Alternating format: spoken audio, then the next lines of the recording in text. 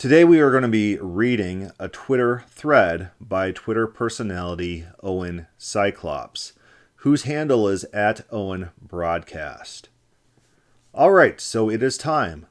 This is going to be a long, winding, rambling thread. I posted yesterday about demons existing, and this intersecting with the world of psychedelia. I've posted about this in the past a little, and there is always a huge response. People are very into it. The thing is, I have been hesitant to paint the full picture as I see it for a few reasons. Mostly because what I see as the full picture is an intersection of so many seemingly completely unrelated things that it's quite a long walk between many seemingly disparate things. It's also seemed completely insane to me for some time.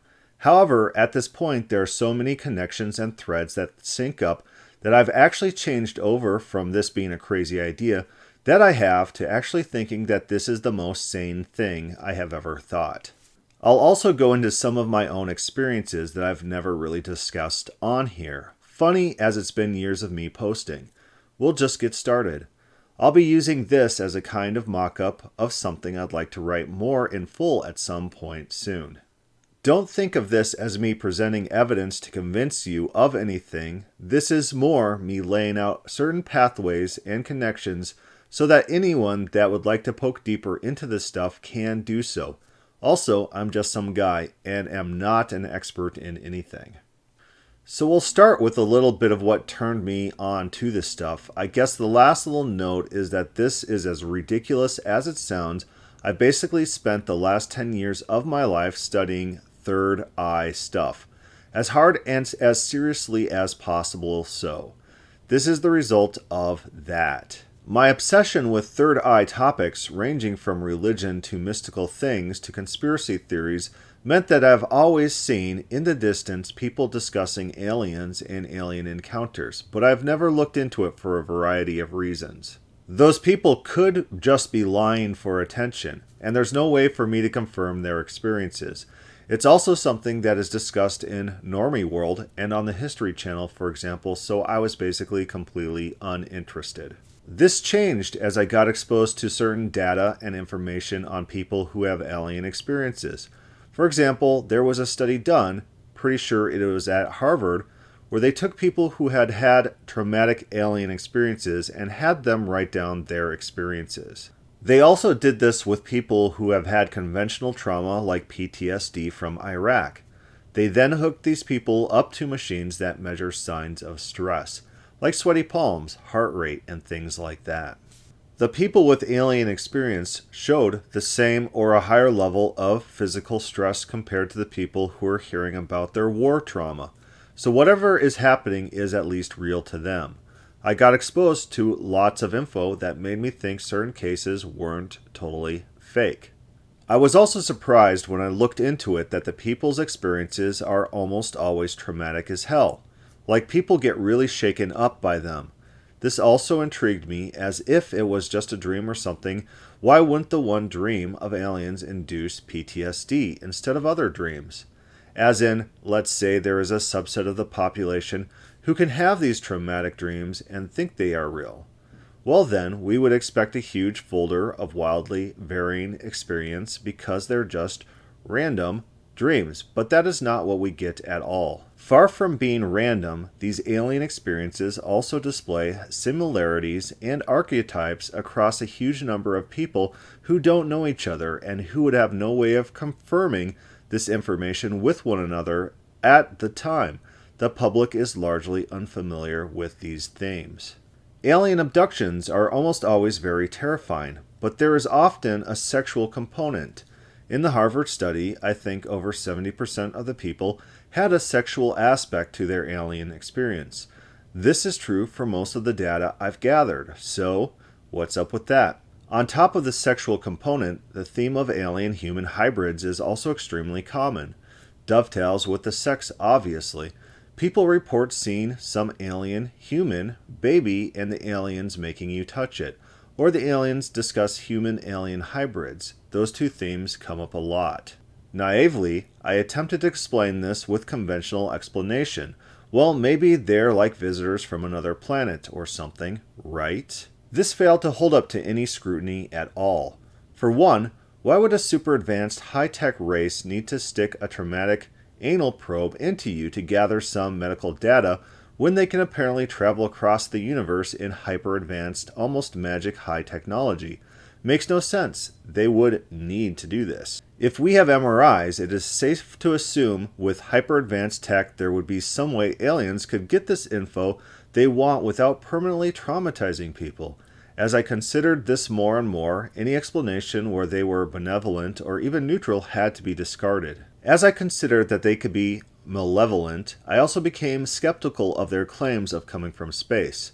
There are some weird threads here, like at first aliens claimed to be from Mars and close planets, but as our tech advanced, they now claim to be from extremely far-off stars.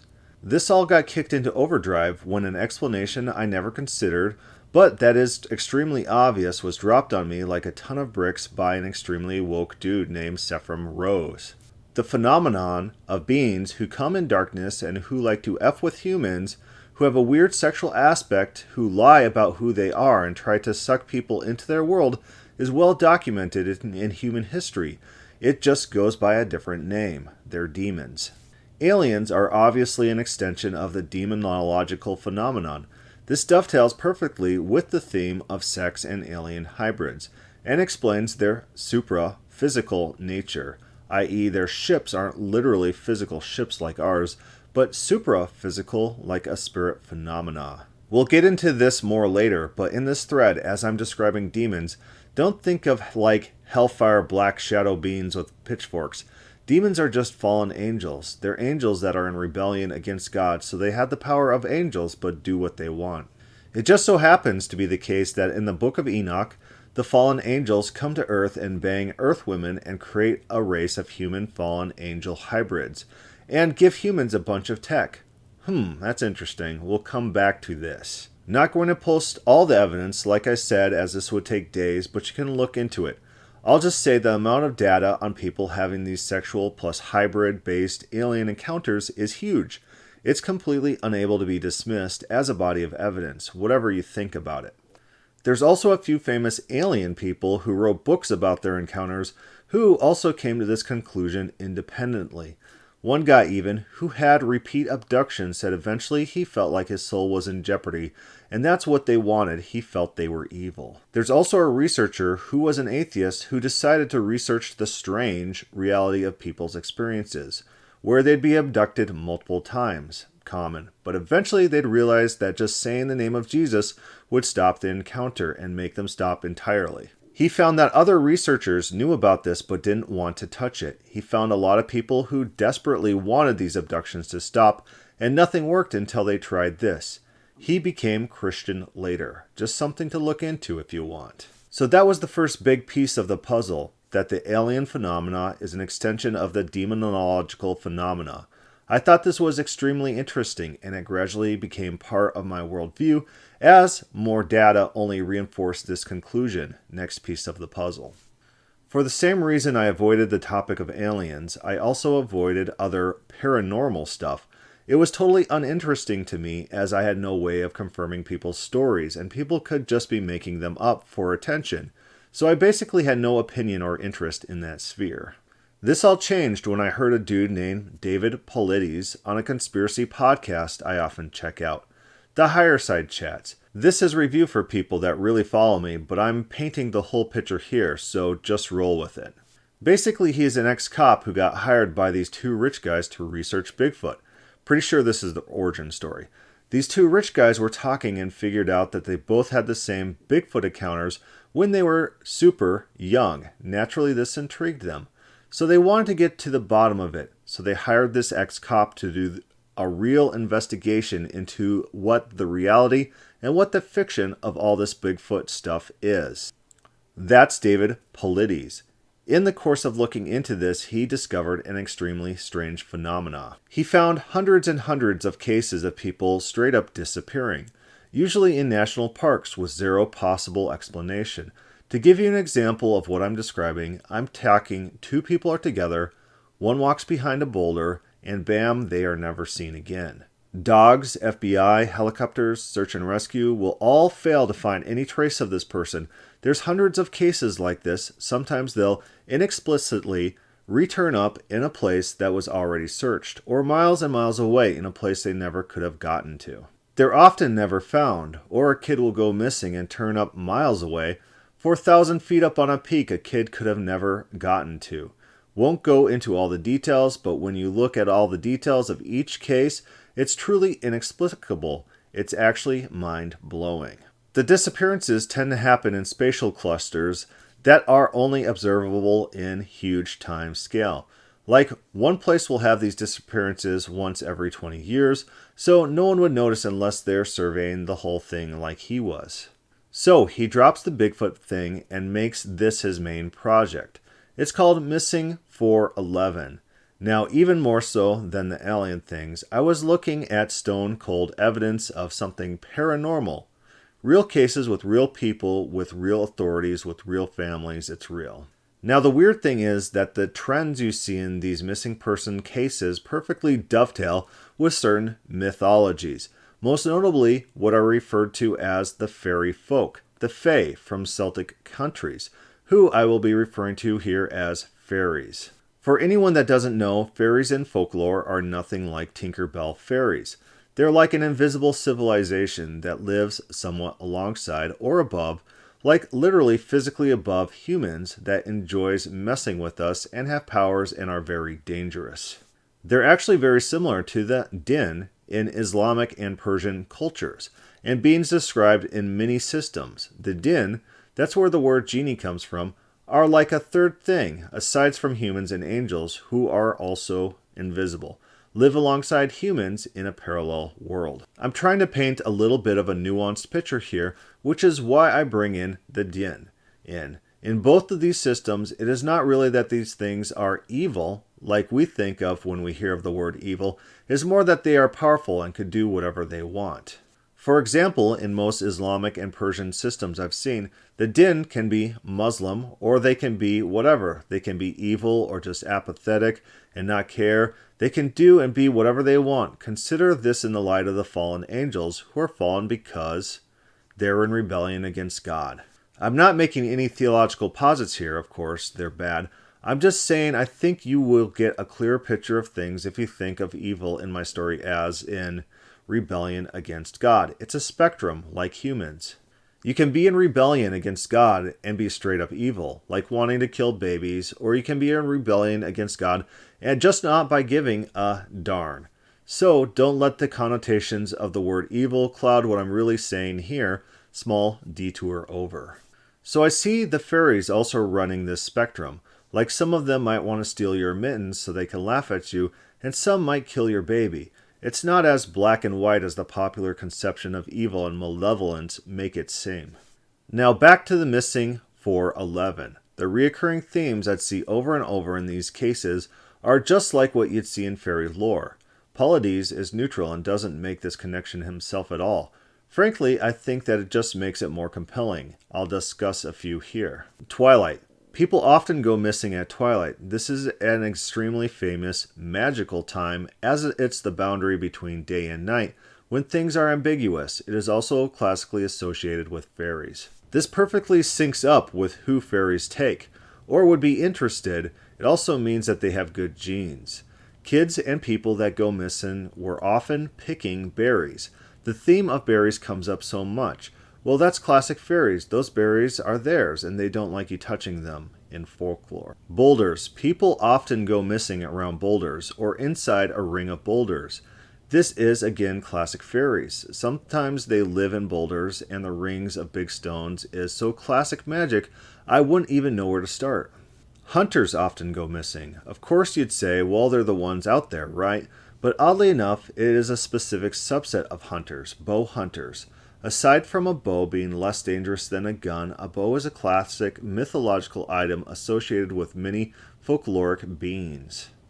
It often happens near swamps. They search the swamp and don't find a body. Sometimes a bloodhound trail will lead right up to a swamp edge and go cold. They'll often actually just find people's shoes sitting right there. Creepy. Swamps are classically portals plus magic places. Could keep going on connections, but there's one last one I want to touch. One guy came back. He disappeared like his footprints led out to a frozen lake. Pretty sure that was it. And it just stopped. Gone for months. Showed back up one day. Wouldn't say anything about it. The classic trope in fairy lore is that they take you to fairy world, and you often get sucked in there. You want to stay. It's like a big party happening place. In Irish lore, they'd often take great musicians for this reason. In most folklore, this is a warning. They'll take you to this awesome party, and you'll want to stay, but you don't realize time is passing way faster in that realm than in this one. So you'll be at this party for what feels like a night, but when you come back, years have gone.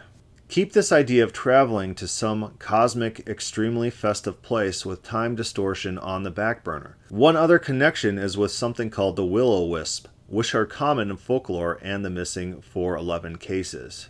Will-o-wisps are basically like Navi from the Ocarina of Time, but without wings. They're floating lights that people see off the path or in the sky that lead them off the path, apparently intentionally. Floating lights in the sky? What's that sound like? Sounds kind of like UFOs. Hey, some of these people, like the guy I just mentioned, seem to be picked up out of thin air, almost like they were just abducted or something in the literal sense. Strange coincidence. So now I knew that there was this other really weird paranormal phenomenon with concrete documentation. There were also lots of really effing odd parallels with alien stuff where I wasn't really sure what to make of it, just because it was so strange. For example, this is just one to give you an idea of how weird it is to connect these dots. Maybe you've heard of Morgellons disease. If not, it's kind of a thing in conspiracy and UFO research world. Basically, people will find these metallic threads coming out of their skin. There's lots of really weird attempts to write this off. Like some doctors say it's just a drug-induced, like meth-style hallucination, or they have other weird explanations for it. Well, again, I have had no opinion as I couldn't prove anything. Well, I eventually met this really smart dude that I hung out with many times who told me point blank that his sister had this. Said his mom called him on the phone and told him there was this golden thread coming out of his sister's skin. He saw it. The guy wasn't insane. Now, whatever you think about that, this is the thing in fairy folklore. The Fey wind, this magical fairy wind, can put these threads in you. It's point blank described in fairy folklore. So that's pretty effing weird. Gotta stress at this point that I've done a lot of research into archetypal symbolism and comparative mythology and the images of human experience in general. Literally years of my life on end just thinking about that, it intersects with art. So when I see something like this, it's almost impossible to write off as pure coincidence when you think about all the things it could be. Literally hundreds of thousands of options. It just so happens to sync up perfectly. Of course, sometimes there are pure coincidences. One thing I hate about New Age comparative mythology is when people find out two little tribes on opposite sides of the planet who have similar idea about something and then be like, well, clearly this is proof that it's real. Of course, if you stack up 1,000 tribal belief systems, there will be some coincidences. That's not what's happening here. We're talking about a ton of symbolic and thematic sync-ups over and over and over. At a certain point, it's incredibly naive to write this off. So now, I has this oddly murky but somewhat cohesive picture of these things people were saying about some other beings or some weird stuff having some concrete reality. Whatever I thought about it, there was some data I couldn't discard here. Wasn't sure what to think. We're going to rewind a few years here. The story I just told you of me gathering this data happened after I stopped doing psychedelics. Started maybe like roughly 2 years ago, maybe more, maybe less. So we're going back now to before I had this information. It's all relevant because we're going back to a time when none of this stuff was on my radar at all. I literally never would have thought of anything like what I just described and never did. It's just important in terms of confirmation bias and where my head was at the time. This will probably be a little rambly and all over the place as I have to describe two complex phenomena unfolding to be at once, that being the world of occult and shamanism and the world of psychedelics, which sync up in some ways but are not the same. As I'll be drawing certain conclusions at the end of this, I also feel the need to paint the full picture of me exploring the world of psychedelics, which is something I actually haven't done on Twitter before for a variety of reasons. I never wanted to seem like I was promoting them. I also hate being that guy at the party who was like, "Whoa, man, like it was crazy, bro, like I saw this stuff, man." Basically, almost every drug story boils down to, I was on drugs, not the best optics. However, when it helps paint this cohesive picture of a phenomenon that I now more than ever think is extremely important to understand, and this world becomes more mainstream, I suppose I'm obliged to share. Some of this stuff I've never told anyone before, except my girlfriend. As soon as I went to college, I got into Eastern mysticism. This quickly led to Buddhism. I went deep into Tibetan Buddhism, which is basically a mix of Central Asian shamanism and Buddhism, just my take. I enjoyed the idea of shamanism a lot, like many young white drug users. This is just relevant as I was doing psychedelics with a shamanic style worldview, as in I believe there was some higher or other reality than the substances would let me access, and I sought to bring insight back from this world. I'm going to be focusing on DMT as it's unique, and I'll explain why. But to give me a little credibility here, I feel like a effing tool saying this, but I have to. I'm extremely experienced with psychedelics. On top of a ton of research, I use them very extensively. Now, part of the research is, and was knowing how not to F up your brain while doing them. Not saying they're safe, but there are smart and not smart ways to do them. I spaced out my trips with enough time that I never experienced even slight cases of something like HPPD. HPPD is hallucinogenic perception persistence disorder, where basically you will get slight elements of the visuals that you get while tripping while you're sober. This can last months or be permanent, forever. It's a sign that you warped your brain too much, basically. People will get visual snow, like visual snow, or see patterns on a large blank surfaces like a white desk, or see patterns wave slightly, indefinitely, or for weeks or months after abusing psychedelics. I never had anything like this. This doesn't mean that they had no effect on me, obviously, but as I'm talking about using a lot of substances, I feel obliged to point out that they didn't overtly F me up, and I don't feel damaged from them long term. I've seen casualties and am obviously not one of them, in my humble opinion. So to establish my credibility in this field, I've done all the psychedelics people have heard of and some people haven't. Like I said, I feel like a effing tool flexing this, but it is extremely relevant, so I will do so briefly. The substances I stayed away from were the dangerous, highly experimental ones, like research chemicals, 2C-I, 2C-E. If you don't know, basically these are some chemicals that are newly synthesized that happen to have psychedelic properties, but no one knows much about them. So the long-term effects are completely unknown, extremely dangerous. This is different from other substances where we have hundreds of years of use, or at least the boomers who used themselves as guinea pigs so we can see what the long-term effects are. Thanks, guys. I'm not going to caveat every post with, normally I wouldn't say this, but I wouldn't. I've used mushrooms extensively, both casually and seriously, taking solid amounts in total silent darkness and isolating myself for 12 plus hours at a time. I have investigated that substance extensively. A little side note here is that doing psychedelics alone and in silent darkness unlocks an entirely different dimension to them. The analogy I use is imagine that you only ever drank alcohol at 11 a.m. alone. Then one time you tried drinking at night at a party. Well, when you did that, you'd be like, oh wow, this is what alcohol is all about. I get it now. It would unlock a totally different dimension of the substance. That's what tripping alone in silent darkness does. It's a completely different aspect of the experience. This is just relevant because a lot of people do psychedelics a lot, but never do them alone and in the dark like this. In my opinion, they're only scratching the surface, even after years of potentially high doses. So this affects my perception of what they have to say about them. Acid, the most common psychedelic, I've also done extensively. I used to do acid every 2 weeks, in my humble opinion, the minimum safe gap between trips, for a long time. I stopped, and if you do it, you should too, because it stopped being safe. Basically, it used to be the case that nothing psychoactive would fit on the small piece of paper you buy when you get acid. So you'd either get nothing, or LSD, or something called DOX, which is extremely rare and different enough from acid that you'd know. Now, with the prevalence of research chemicals, there's no way to know what you're getting unless you hardcore test it, and in my humble opinion, even then it's a stretch. So, little detour, but if you're reading this and you do acid, in my humble opinion, it's dangerous now, just saying.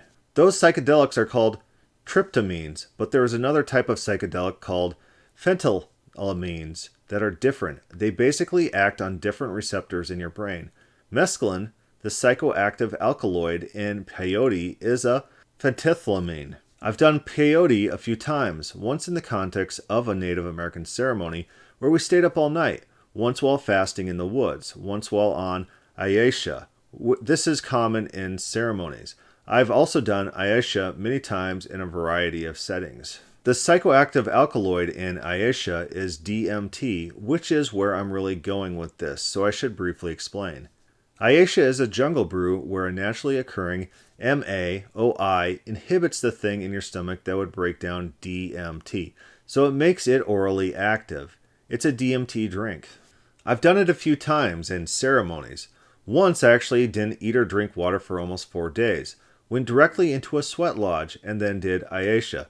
This is just relevant because a lot of people who irresponsibly, openly talk about this stuff have done it like one time.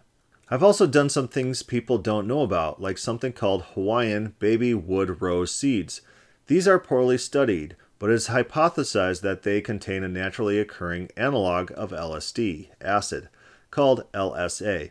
They're different than the other things that I describe here. I've also dipped into another class of substances common in shamanism and magic called dissociatives. Not gonna go fully into the difference, but on dissociatives, you can fully disengage with reality and have complete, concrete, frank hallucinations easily.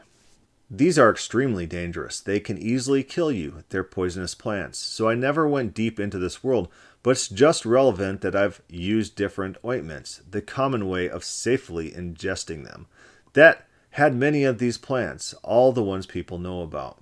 So Datura, belladonna, Amatia, muscura, mandrake, very rare, henbane, aconite, wolfsbane. Technically, I've lightly experimented with all of these things as well. Never seriously, they're extremely dangerous, again, only mentioning it to demonstrate that. When it comes to psychedelics, I really know what the F I am talking about. I only say it this way because it gets me effing heated when I see losers on platforms like Joe Rogan loudly proclaiming how they're experts when they literally have no idea what they're talking about. For example, I'm not sure if this is still the case, but I saw a podcast where Joe Rogan said he's never done Ayesha. Dude, just sit the F down and stop roping normies into a world you literally do not understand in any capacity whatsoever. So irresponsible. Anyways, this has all been a setup for the real point of this, DMT. DMT is completely different from every other psychedelic. I never imagined that I would feel compelled to expound on such a thing, but now that normies know about it, and it's in Vice Media, I feel obligated to explain. I can also tell that casually laying it out in this way is going to help me write something cohesive on this later, so if you read this far, thanks for tuning in. So aside from DMT being radically different experientially, which I'll get into, it is also different in terms of what it is. DMT is the only psychedelic that is endogenous, i.e. it is naturally in your brain, like right now. That's very interesting. Compared to DMT, acid and mushrooms might as well be the exact same thing.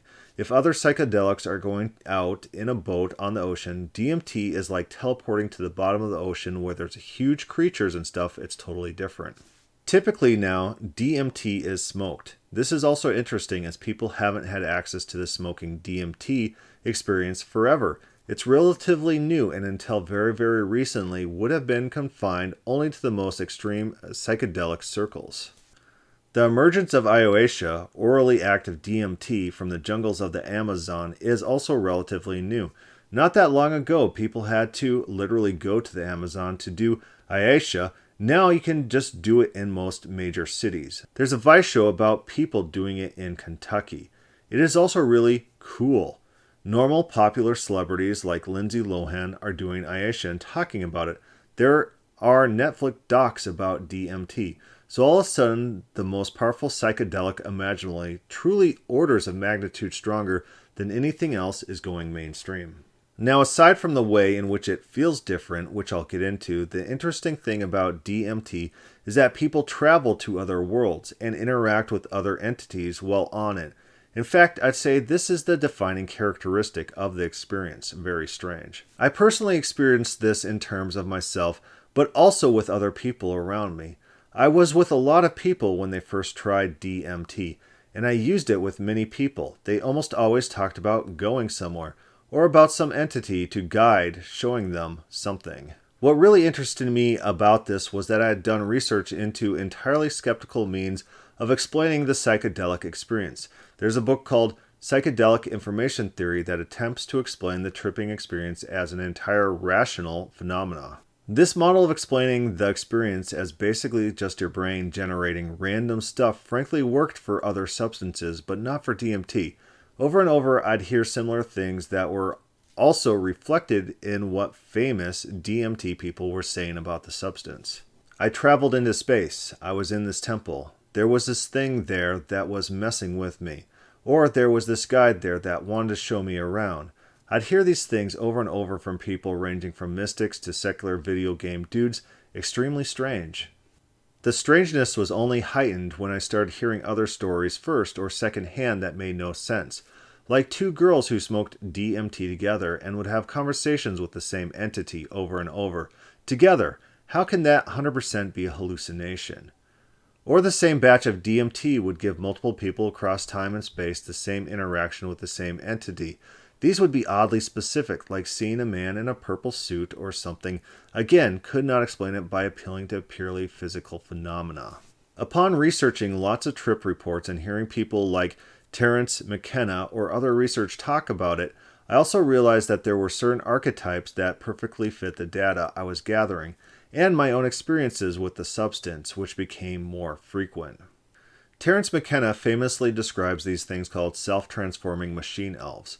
They're like balls of light that, and rapidly transforming, that are like little entities. Usually they're making something or working on something. Many people see these things. A space and alien vibe is extremely common. Both McKenna and Joe Rogan and many others describe the beings you interact with in DMT as aliens. They say point blank, you can talk to aliens if you use this stuff. That's interesting. The theme of like hyper-magical tech is very common. People often describe the world as like future textile or magical textile. It's like happy, luminous, hyper-creative world. McKenna describes it as a carnival. The word potential is used a lot. Oddly enough, the theme of trespassing is also common. People will describe the feeling like, I knew I wasn't supposed to be there. Or an entity will actually tell them that they aren't supposed to be there. A ton of people report this. Also, on the onset of the trip, it literally feels like you're being sucked into a wormhole, or that you're going somewhere. People always report this. Why? People literally describe it as breaking through. It feels like you're breaking into another world. This feeling is palpable. Anyways, I could keep going like this forever, but I'm sure you see where I'm going with this. It just so happens to be the case that all these DMT archetypes perfectly sync up with the picture I painted before of some type of beings with an alien and or fairy vibe being there. This realization hit me like a ton of effing bricks. I honestly felt like an idiot that I hadn't considered this sooner. I'm not saying that they're all the same phenomena, but obviously there is some overlap. Something is definitively up here. The crazy part is that this all fits my own experiences perfectly. The feeling like if you're a scientist struggling to explain something and then all of a sudden someone gives you a theory that just perfectly explains everything and makes sense of all this apparently disparate data you've gathered. I'm not going to give an intro as this is already long, but I've heavily investigated DMT world. In fact, in an effort to prolong the experience and go deeper, I often use DMT while on other psychedelics. So once again, as I'll get pushback here, I really know what I'm talking about.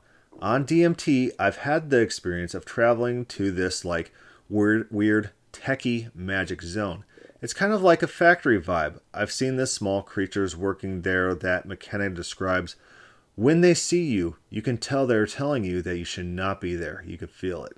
I've also experienced the Aztec-style visions people have of these like flat-style creatures. One like stopped me and told me mentally I shouldn't be there. I couldn't go past it. I drew a picture of it, but I've since lost it. It was like part Aztec, part Neapolitan style in 2D.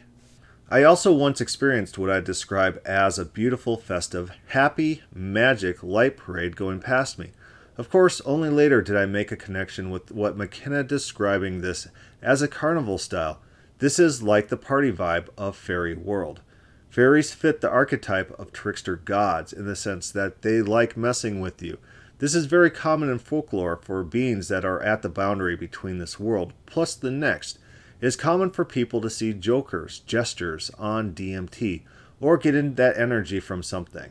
In fact, it is so common that once I was with a group of people who all use DMT often, and we were faintly describing this feeling of being like, keep out, or tripped up by some weird tricky energy, and someone said, yeah, that's the Joker, instantly got everyone's attention.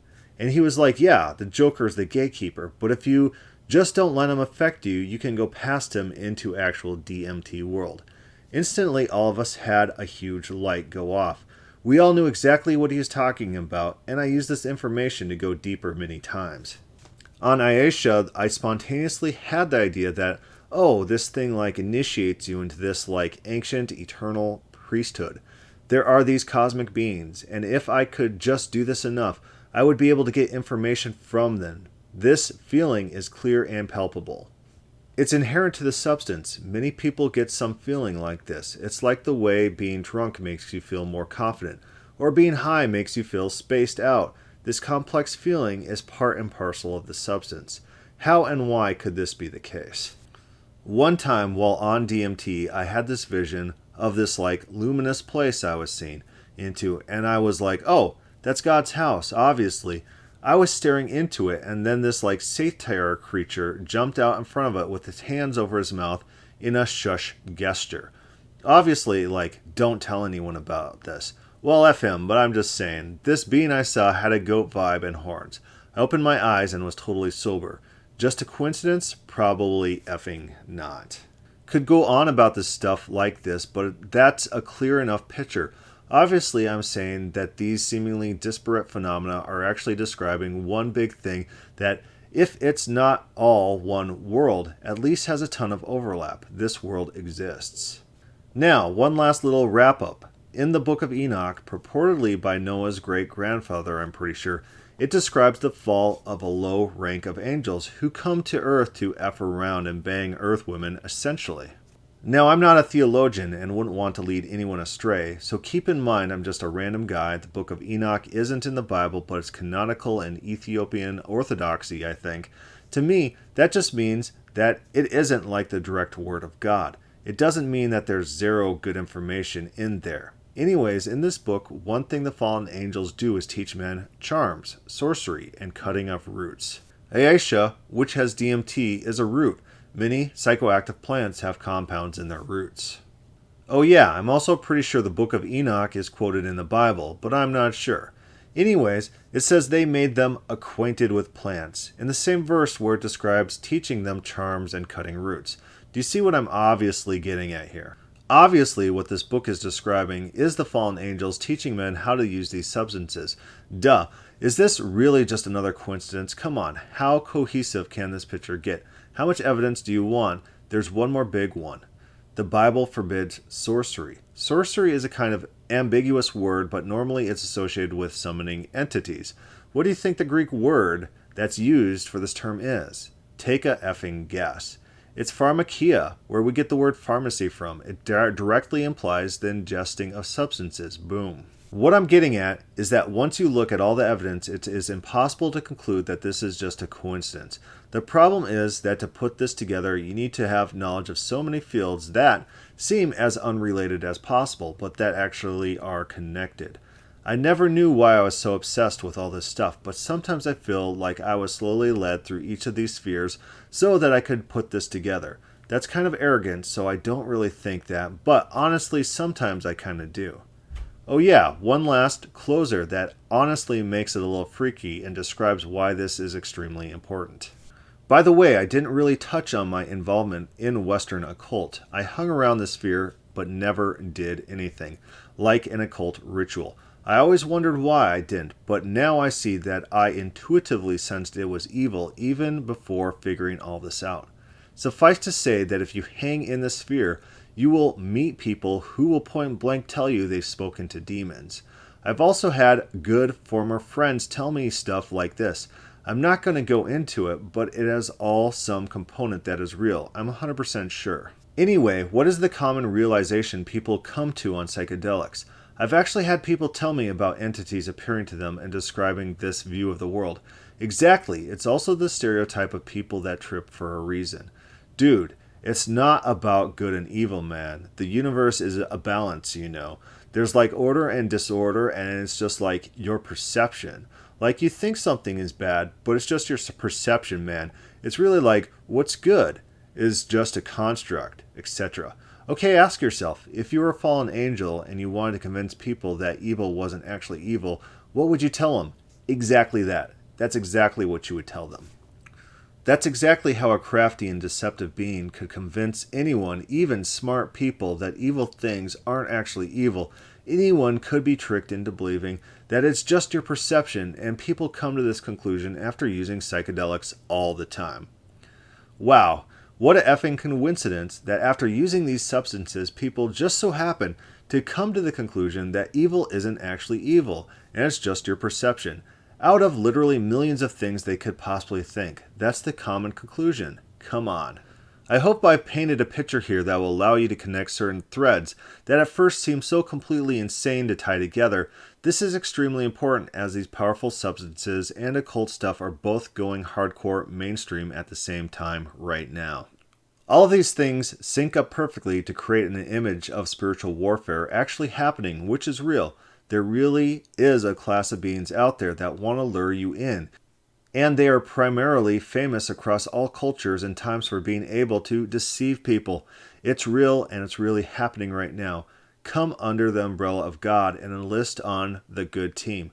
We're not totally effed yet, but without a cohesive picture of what's happening, most people are just low-hanging fruit for a variety of malevolent forces. And that's the most I've ever went off on Twitter.com. For the record, in case it's not obvious, I'm Christian now, and my life is 10,000 times better. The people I sadly had to leave behind are more confused or sucked in than ever. Choose your path wisely. Thank you for coming to my TED Talk. And that is where we will leave off reading for today. You can find the whole thread for the time being until Twitter, Facebook, or whatever suspends everyone who writes anything good. They will suspend Owen Cyclops. You can find him on Twitter at the handle @OwenBroadcast.